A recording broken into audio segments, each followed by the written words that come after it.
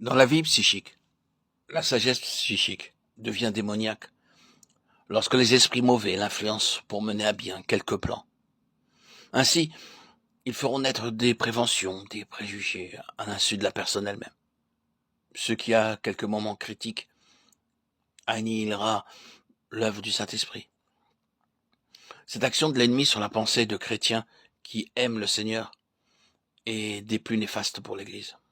Car il est évident que le Saint-Esprit, souvent plus entravé par les idées préconçues, les préventions de braves chrétiens contre d'autres chrétiens, que par l'incrédulité et la haine du monde.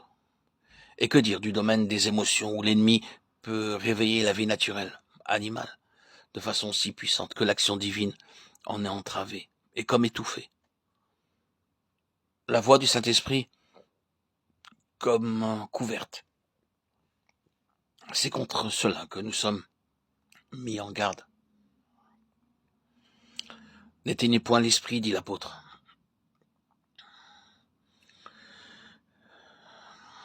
1 Thessaloniciens 5, 19. L'adversaire peut agir sur le système nerveux, sur le magnétisme animal inhérent à tout organisme humain. Enfin, sur certains éléments charnels, sensuels, sexués, qui constituent le corps même.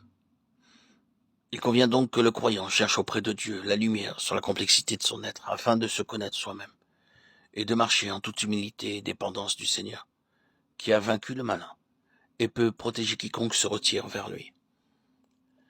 Protection efficace pour tous ceux qui se mettent au bénéfice du sang répandu, tous ceux qui obéissent à la parole divine et restent accessibles à la vérité. Celle-ci verse la lumière nécessaire sur tout terrain cédé à l'ennemi, par où il peut attaquer et pénétrer dans l'âme et dans le corps. L'ennemi est très rusé, avec une habileté consommée. Les mauvais esprits agiront à couvert de ce qui est naturel, le tempérament, quelques troubles fonctionnels ou physiques. L'attaque qui peut se produire dans le domaine naturel physique n'en reste pas moins d'origine spirituelle, mauvaise et diabolique. Ils se dissimuleront derrière la souffrance physique ou morale et se déguiseront de quelque manière pour donner le change et empêcher que leur présence soit reconnue et combattue. Il va sans dire que le prince des ténèbres travaille activement pour que la délivrance de ce qu'il tient captif ne s'effectue pas, et que tous les degrés d'affranchissement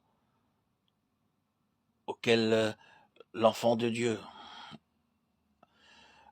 peut être délivré sont l'objet pour lui d'une lutte acharnée.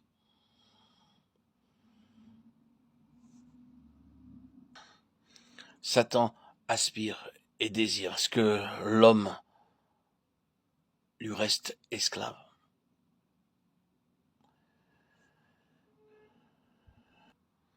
Accomplissant les désirs de la chair et ses passions charnelles. Satan exerce constamment sa domination.